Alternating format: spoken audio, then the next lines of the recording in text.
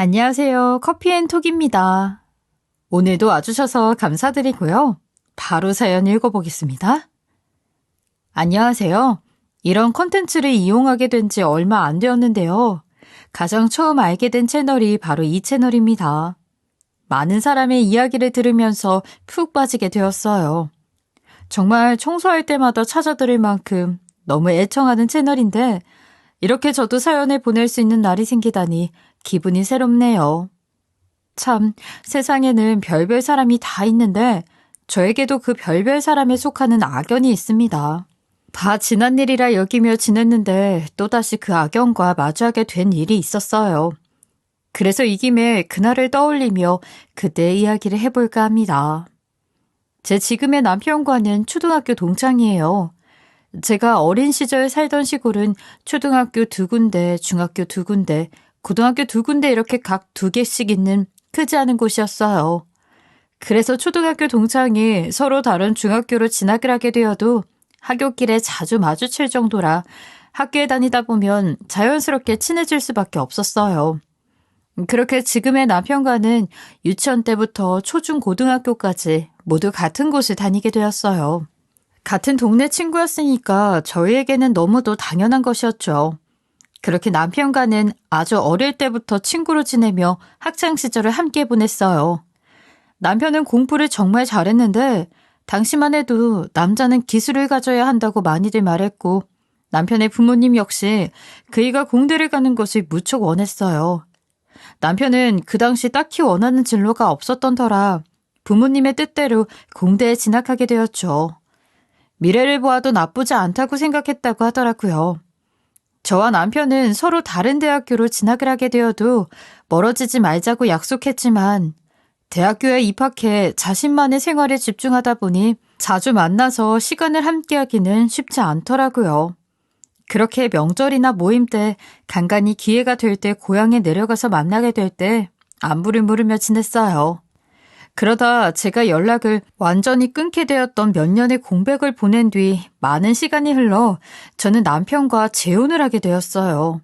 남편을 시간이 꽤 지난 뒤 아주 오랜만에 우연히 만나게 되었을 때 남편은 공대를 좋은 성적으로 졸업해 누구나 알 법한 회사에 취직해서 근무하고 있더라고요. 저와 너무도 다른 삶을 살고 있던 터라 괜히 내가 알던 아이가 아닌 다른 사람 같다는 생각에 거리감이 많이 느껴졌지만 각자의 생활이 다를 뿐 저를 대하는 것은 어렸을 때와 변함없이 한결같더라고요. 제가 힘들게 보내던 시간을 알게 된 남편은 제게 먼저 손 내밀어 주었어요. 그렇게 저희는 친구에서 연인이 됐고 그렇게 부부의 연까지 맺게 되었어요. 한참 회사 생활도 잘하던 남편이 어느 날 갑자기 자기에게 꿈이 생긴 것 같다고 하는 거예요. 바로 의사가 되는 것이라는 겁니다. 처음에는 좀 당혹스러웠어요. 좋은 회사에서 대우받으며 다니고 있는데 갑자기 의사가 되고 싶다니 뜬구름 잡는 소리처럼 느껴졌어요. 남편은 주변의 말로에도 불구하고 자신의 꿈을 포기하지 못했고 끝내는 잘 다니던 직장까지 그만두고 의학 전문대학원을 갔어요. 그리고 보란 듯이 의사가 되었죠. 남편이 학생 신분으로 공부를 하는 동안은 제가 그이의 뒷바라지를 다 했어요. 제게 그렇게까지 하지 않아도 된다고 했지만 저는 제게 먼저 손 내밀어준 남편에게 뭐라도 보탬이 되고 싶었거든요. 장난삼아 지금 내가 너한테 장기적인 투자하고 있는 거야? 라고 말을 하곤 했는데 그때마다 남편은 손실 없는 투자가 되게 해주겠다면서 장난을 받아주곤 했어요. 그런데 정말 그때 자신이 한 말을 지키려는 듯 남편은 의사가 되자마자 그동안 자기의 어려운 선택을 지지해주고 응원해줘서 고맙다며 그간 정말 고생 많았다고 제게 이제는 일을 쉬었으면 좋겠다고 하더라고요. 마침 저도 건강이 조금 안 좋아졌다고 느껴 일을 쉬면서 취미로 꽃꽂이를 배우며 식물 키우는 공부를 하기 시작했어요. 남편이 의사가 되겠다며 자신의 포부를 제게 이야기할 때도 저는 이런 날이 올 줄은 꿈에도 몰랐어요.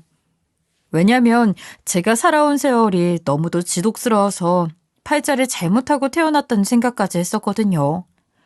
남편과 부부의 연을 맺기 전 저는 제가 평범하게 살 수 없는 사람이라는 생각까지 들고 늘 우울했고 삶의 의욕이라곤 찾아볼 수 없었어요.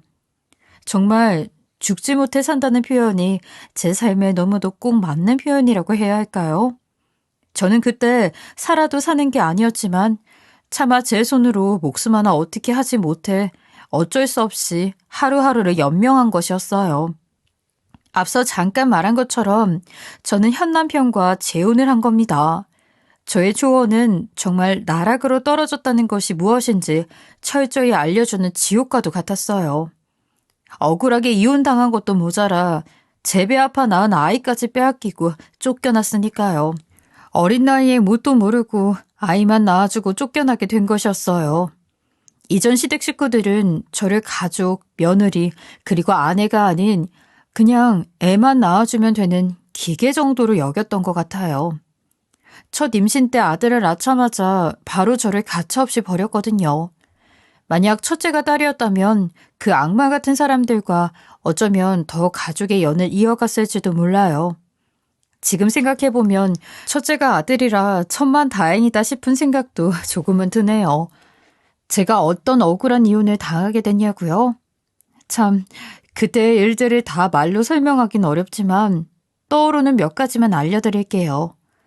결혼 직전까지만 해도 제게 시댁 식구들은 꽤나 살갑게 잘 대해주었어요. 시댁에 처음 인사를 갔을 때도 시어머니께서 네가 우리 집에 며느리로 들어온다면 정말 좋겠구나 하고 말씀하셨고 전 남편은 하늘의 별도 따다줄 것처럼 사랑을 다 쏟는 모습을 보여주었어요. 하지만 결혼은 현실이라고 했던가요? 시댁 식구도 남편도 정말 무서운 사람이더라고요. 결혼식 날부터 조금씩 하는 행동들이 수상쩍었었는데 혼인신고를 한 뒤부터 그러니까 법적으로 자신들의 가족이 되었을 때는 완전히 태세를 전환했죠. 결혼 전 저를 대한 것이 모두 연기였다는 생각에 정말 머리 끝까지 소름이 끼쳤을 정도였어요. 한참 행복한 결혼 생활을 보내는 시기인 신혼 때 저는 여자라면 누구나 한 달에 한 번 해야 하는 생리현상을 하는 동안을 빼고는 매일 제 감정에는 상관없이 남편에게 다 맞춰야 했고요. 시댁 식구 모두의 감정 쓰레기통 역할을 해야 했습니다. 몸이 안 좋아서 거부할 때면 전 남편은 제게 늘 넌 집에서 하는 것도 없는 게 몸 쓰는 것도 못하냐? 네가 거부할 수 있는 상황은 이 집에 없어. 이렇게 말하곤 했어요. 심지어 제게 너도 꼴의 여자라고 진짜 도움되는 게 눈꼽만큼도 없다는 게 놀랍다 놀라워. 라며 바깥 못한다고 나무랐고 그 생리현상 기간에는 전 남편 앞에서 편하게 밥 한 술 뜨는 것도 눈치를 봐야 했어요. 그렇게 부부라는 포장을 쓴 철저한 갑과 을의 관계 속에서 살다가 1년 6개월 만에 저는 임신을 하게 되었고 처음으로 임신 소식을 알게 되었을 때 축하한다는 말이 아닌 이제야 밥값을 한다며 당연히 여기더군요. 임신 막달 남편과 출산 전 함께 병원에 갔을 때 아이의 머리가 위를 향하고 있어 의사가 걱정된다며 이야기했을 때도 정말 화가 났지만 이 악물고 꾹 참아야 했어요. 아이 머리가 지금쯤이면 아래쪽을 향해 있어야 하는데 위쪽을 향하고 있어서 걱정이네요. 만약 체중이 이제 꽤 나가서 더 미룰 수도 없는데. 그럼 어떻게 해야 합니까? 출산 예정일로 잡은 날짜도 어머니께서 받아온 날짜라 꼭 그날이어야 한다고 하셔서 바꾸고 싶지 않은데요. 요즘은 그렇게 날짜를 받아오시는 분이 많아요. 더 미룰 수 없으니까 정 안 되면 제왕절개술까지 생각해 보시는 방법뿐이네요. 제왕절개는 절대 안 됩니다. 하늘이 도쪽 나도 자연분만을 해야 해요, 선생님. 해가 돌면 괜찮지만 그렇지 않는다면 아이도 산모도 모두 위험해질 수 있어요. 이 경우에는 선택사항이 없습니다. 그래도 무조건 자연분만으로 나와야 해요. 다른 방법도 잘 모색해 봐주세요. 일단 일주일 정도 더 남았으니 좀 더 지켜보고 결정하도록 하죠. 그 당시 시어머니께서 제왕절개술에 대한 안 좋은 이야기를 듣고 오셔서 제왕절개는 절대 안 된다고 고집을 부리셨어요. 시어머니의 말이라면 껌뻑 죽는 전 남편은 시어머니의 말이 다 맞다며 제게 신신당부를 했죠. 목숨 걸고 애를 낳는 건 전데 이게 맞는 건가 싶고 그 누구도 저를 걱정하지 않는다는 것에 서러웠어요. 재앙절개만 비난했다면 그나마 나았을 테지만 시어머니는 제게 유도 분만제도 아이에게 좋지 않다며 무슨 수를 써서라도 오롯이 제 힘으로 낳아야 한다고 강조했어요. 자기 때는 무통주사라는 것 없이도 순풍순풍 잘만 나았다며 저 편하려고 그런 주사 맞을 생각도 말라고 했고요. 다행히 아들이 효자인지 출산을 3일 남겨두고 예쁘게 자세를 잡아줘서 자연분만으로 낳을 수 있었어요. 그렇게 육아의 길로 접어든 지 1년, 아들의 첫 돌이 되자마자 저는 이혼을 당했습니다. 지금은 정말 별의별 방법으로 피싱이 이루어지지만 그 당시만 해도 보이스피싱이 막 떠오르기 시작할 때라 전화통화를 통해 범행이 이루어졌죠. 시어머님이 아들의 돌잔치를 마친 뒤 며칠 뒤 보이스피싱 피해를 당했어요. 그런데 그 행각을 벌인 범인이 저라더군요. 증거가 있었냐고요? 그럴 리가요. 제가 그런 못된 짓을 하지 않았으니 증거가 있을 리 만무했어요. 그런데 시어머니께서 분명 상대방 목소리가 저와 똑같았다면서 자신을 속여 훔쳐간 돈 5천만 원을 당장 내놓으라고 난리를 치셨어요. 제가 아무리 아니라고, 제가 벌인 짓이 아니라고 결백을 주장해도 들어주지 않았어요. 시댁 식구들 중에 제 편은 단 한 명도 없었어요. 저를 경멸하는 눈빛으로 바라보는 시모는 욕을 퍼부었었죠. 어쩌다 우리 집에 이런 요망한 게 들어왔어? 어떻게 그런 파렴치한 짓을 벌일 수 있냔 말이야, 이 도둑년아. 어머님, 정말 제가 한 짓 아니에요. 제가 뭐하러 그런 짓을 벌이겠어요. 믿어주세요, 제발. 너랑 목소리가 아주 똑같았다니까. 그럼 지금 내 귀가 잘못된다, 이거야? 희년이 정도껏 사람을 모욕해야 참지. 잔말 말고 내 돈이나 내놔. 어떻게 우리 엄마 등쳐먹을 생각을 해? 당신이 그러고도 사람이야? 당장 우리 집에서 나가. 그렇게 저는 이혼 소송을 당했어요. 법정에서 분명 보이스피싱에 대한 증거가 있냐고 물었을 때 남편은 당당하게 없다고 말하더군요. 그래도 애 엄마인데 처벌은 원하지도 않는다고 그냥 가족이라는 관계를 이어가기에는 신뢰가 깨졌으니 이혼을 하는 것으로 마무리하고 싶다고 말이죠. 거기다 아이도 제게 맡길 수 없다고 양육권까지 주장하더라고요. 그렇게 저는 저지르지도 않은 범죄 누명까지 쓰고 피덩이인 아들까지 빼앗긴 채 버려졌어요. 제 아들을 뺏긴 거에 비하면 억울한 이혼을 당한 것 따위는 아무렇지도 않았어요. 처음에는 아들까지 절대 안 보여주겠다고 했어요. 그래서 정말 1년 동안 아들 얼굴 한 번 볼 수 없었어요. 억장이 무너진다는 게 이런 건가 하는 생각이 들더군요. 부모라는 위치에 있는 분들은 제 마음이 어땠을지 아실 거라고 생각돼요. 하지만 법적으로 제 권리는 행사할 수 있다는 것을 알게 되어 그 후부터는 한 달에 한 번씩 아들 얼굴을 볼 수 있었어요. 하지만 저는 정말 폐인처럼 살았어요. 그 이유는 저와 이혼을 감행하기 위해 시어머니와 남편이 짜고 저한테 누명을 씌웠다는 사실을 알게 되었거든요. 시어머니는 진짜 보이스피싱을 당한 게 아니라 그런 척 연기를 했던 거였어요. 제 인생의 사람들이라곤 저를 미워하는 사람뿐이라는 것에 대한 인생의 절망을 느꼈던 때라 평범하게 살 용기가 없었죠. 그때 사는 낙이 없는 저를 세상 밖으로 나오게 해준 사람이 바로 지금의 남편입니다. 제가 정신을 차리고 정말 열심히 사는 동안 남편도 의전원 졸업을 했고 2년 정도 페이닥터로 일을 하다가 자신의 병원을 개원하게 되었어요. 초반에는 지지부진했지만 1년쯤 지나자 입소문이 퍼지면서 손님들이 줄을 섰고 1인 체제로 혼자 운영하는 것에 어려움을 느낀 남편은 페이닥터를 한 명 뽑았어요. 그 후 병원에 새로운 의사가 취직을 했어요. 저는 식물 공부에 한창이기도 하고 남편이 일도 많이 바빴기에 병원에 찾아갈 일이 없다가 한 달 뒤에 뒤늦게 인사를 하러 갔는데 참 세상은 참 좁더라고요.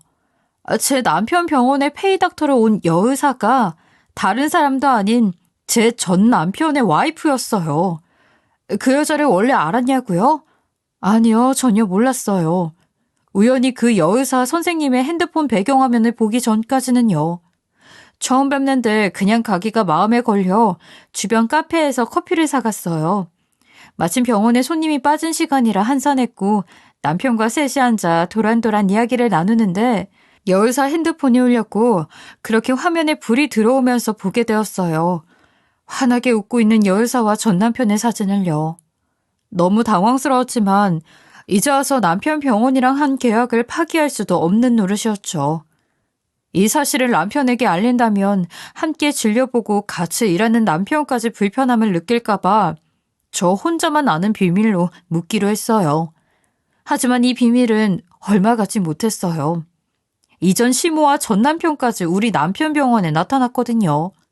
그날은 남편이 학회가 있어 하루 종일 자리를 비워야 했어요. 전 남편의 와이프인 페이닥터 선생님만 있었죠. 남편이 자리에 없어서 그랬는지 페이닥터 선생님이 그 두 인간을 병원으로 부른 것 같았어요.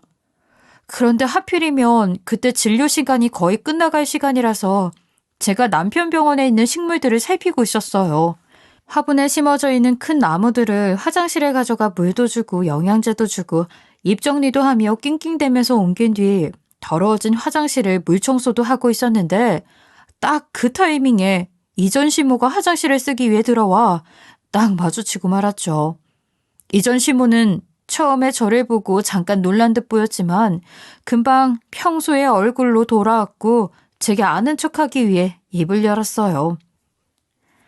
우리 며느리 병원에서 잡일을 하는 줄은 몰랐네. 넌 어른 보고 인사할 줄도 몰라? 저희가 마음 편히 인사나 주고받을 사이는 아닌 것 같아서요. 여기까지는 무슨 일로 오셨어요? 뭐야? 너 버르장머리 없는 건 여전하구나. 여기서 잡일이나 하는 청소부 주제? 청소부든 아니든 제 일이니 신경 쓰지 마시고 볼일이나 보고 가세요. 뭐야? 너 지금 이 병원이 우리 며느리 병원이라는 말 못 들었어? 이따위 일을 하면서 근근히 생활하는 것 같은데 잘리고 싶어? 이제는 하다하다 제 일자리까지 뺏으시게요? 이전 시모는 저를 청소부 취급했고 저를 끌고 가 병원 밖에 있는 전 남편 앞에 세우더군요. 제가 자신에게 따박따박 말대꾸를 한다며 본때를 보여줘야겠다면서 말하더라고요. 그리고 곧 시모의 말을 듣고 난 전 남편이 콧방귀를 끼며 어이없다는 듯이 말을 보탰어요. 얘가 우리 며느리 병원에서 청소부로 일을 하고 있더라. 당장 잘라야겠어. 이 버르장머리 없는 년이 여기가 어디라고? 참나 기가 막혀서. 우리 와이프 병원에서 뭐 하는 거야? 몰랐냐? 나 너 버리고 성형외과 의사랑 재혼한 거. 내가 그런 걸 알았을 리가 없잖아. 나 이제 좀 사람답게 일이라는 걸 하면서 사는데 제발 쫓아내지만 말아줘. 네가 여기 있으면 죄수가 없어서 안 되는데 어쩌냐? 나는 손님 응대 같은 걸 하는 것도 아닌걸. 정말 얌전히 청소만 하면서 지내고 있어. 우리 남편 병원을 마치 자기네들 병원인 양 떠들어대는 꼴이 같지도 않았지만 저는 일부러 그들에게 맞춰주며 연기를 했어요. 나중엔 한껏 주눅이 든 얼굴로 쫓아내지 말아달라고 사정했죠.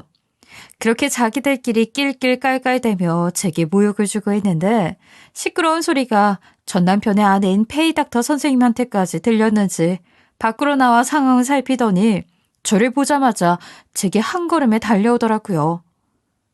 사모님, 죄송해요. 제가 오신 줄 미처 몰랐네요.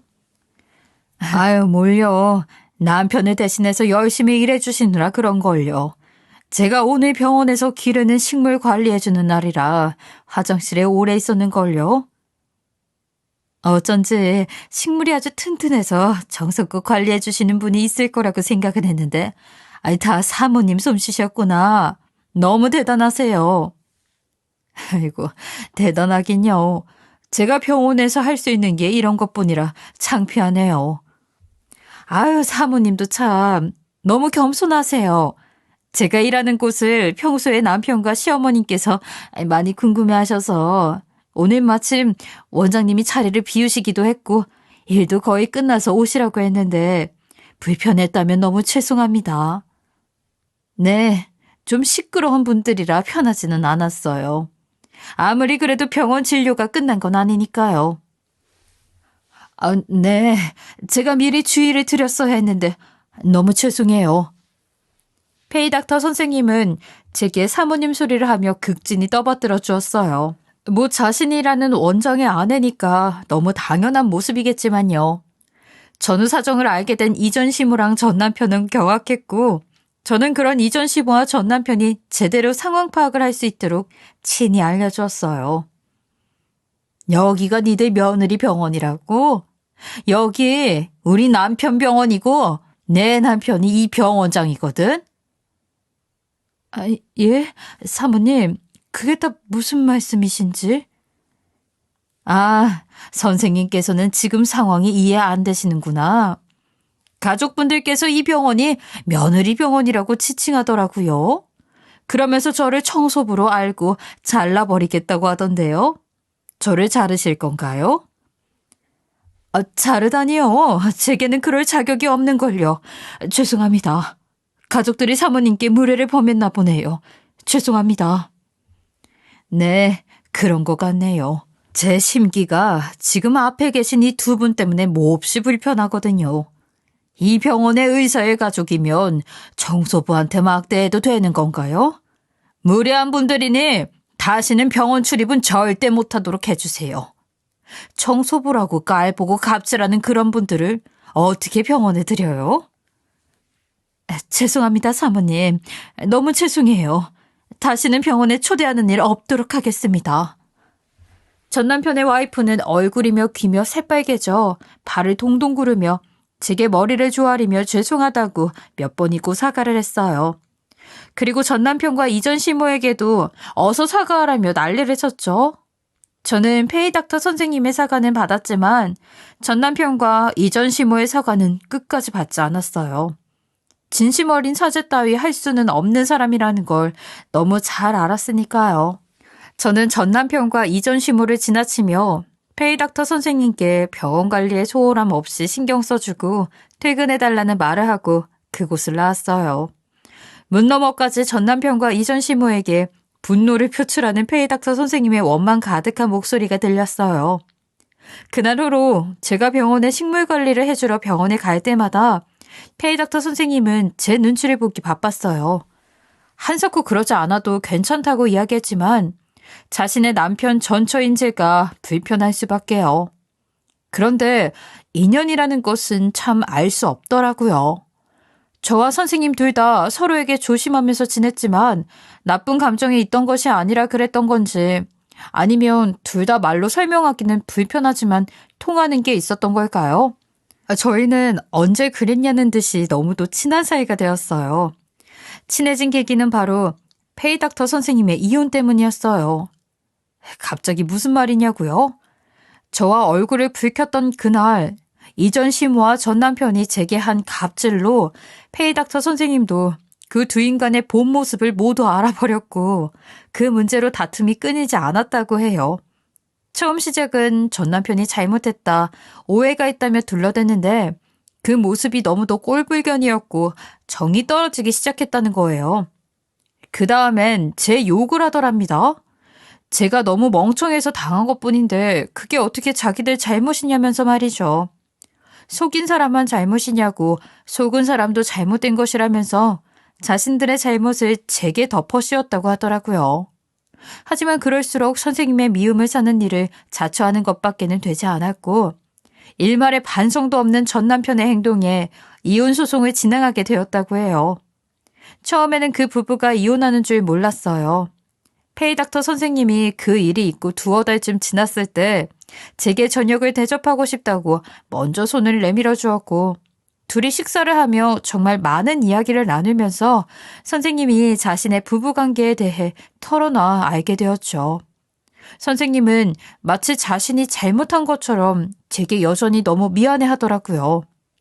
그 모습이 안쓰럽게 느껴졌고 조금이라도 제게 편안함을 느꼈으면 하는 마음에 저도 선생님을 위로하면서 그 전보다 훨씬 더 친해졌어요. 마음이 통한다는 게 이런 거구나 새삼 느끼게 되었던 것 같아요. 저는 양육권에 대한 고민을 페이닥터 선생님에게 털어놓게 되었고, 선생님은 자신의 남편이고 시어머니이지만 어떻게 그런 파렴치한 사람들이 있을 수 있냐며 저를 100번 돕겠다고 먼저 나서주었어요. 그 덕에 저는 페이닥터 선생님이 이혼을 강행하는 동안 이때다 싶어 양육권 소송을 진행했고 법정에서 앞다투어 끝내는 우리 아들을 데리고 올 수 있었어요. 그뿐이겠어요? 양육비까지 제대로 챙길 수 있게 되었어요. 페이닥터 선생님 또한 당연히 이혼 소송 과정에서 제가 이혼당했던 그 일도 거론되면서 더욱 확실하게 이혼에 대한 쐐기를 박을 수 있었어요. 그 덕에 선생님은 승소는 물론 위자료까지 제대로 받을 수 있게 되었죠. 전 남편과 이전 시모는 선생님과의 이혼을 어떻게든 막기 위해 애썼지만 자신들이 벌인 일들로 인해 도리어 더 큰 손해를 보게 되었는데요. 나중에 전 남편이 제게 예정을 생각해서 그리고 아들의 아빠임을 생각해서라도 3천만 원만 빌려주면 안 되겠냐고 연락이 왔어요. 저는 이 뻔뻔한 놈이 진짜 사람이 맞기는 한 걸까 하는 생각까지 들었지만 전 남편이 제게 사정사정하며 하는 말을 듣고 진짜 너무 쌤통이라 웃음이 터졌네요. 아니 이가 무슨 낯짝으로 나한테 연락을 해? 미쳤어? 송이야 미안해. 내가 다 잘못했다. 이제 양육권도 다 너한테 넘어갔으니까 나한테 악감정이 있던 건 다 잊어줘. 뭐? 참나 어이가 없어서. 네가 나라면 그 수모를 겪었는데 잊을 수 있겠니? 인성 쓰레기인 너랑 네 엄마 때문에 내 새끼랑 생이별을 하고 살았는데 뻔뻔하게 잊어달라는 말이 나와? 다 지난 일을 마음에 담아두고 사는 건 힘들 테니까 하는 말이지. 절대 쉽게 하는 말 아니야. 믿어줘. 나 이번에 이혼당하면서 네 마음이 어땠을지 조금은 알게 됐는걸. 웃기고 있네. 너 따위가 내 마음이 어땠을지 어떻게 알아? 실없는 소리나 해대려고 전화한 거라면 다신 연락하지 마. 잠깐만 송이야. 실은 나 정말 면목 없는데 부탁이 있어서 연락했어. 이러면 안 되는 거 알지만 내가 좀 급해. 우리 예정도 있고 그래도 애 아빠인 걸 좀 생각해서 3천만 원만 좀 빌릴 수 있을까? 네가 진짜 미쳤구나.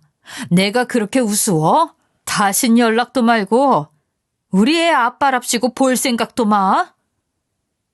우습다니. 절대 아니야. 내가 의사랑 결혼했다고 자랑하고 다니면서 여기저기서 돈을 좀 빌렸는데 그 돈으로 주식을 좀 했거든? 누가 소문냈는지 모르겠는데 지인들한테 이혼당한 게 소문이 나는 바람에 빌린 돈 당장 갚으라고 쪼임을 당하고 있어. 원래 필요한 돈이 7천만 원인데 급한 게 3천만 원이라. 이미 내가 투자한 곳 중에 2곳은 상장 폐지라서 돈 다 잃고 지금 이거 안 갚으면 나 진짜 큰일 날지도 몰라. 그러게 왜 인생을 그따위로 살아? 참 소문이 무섭지?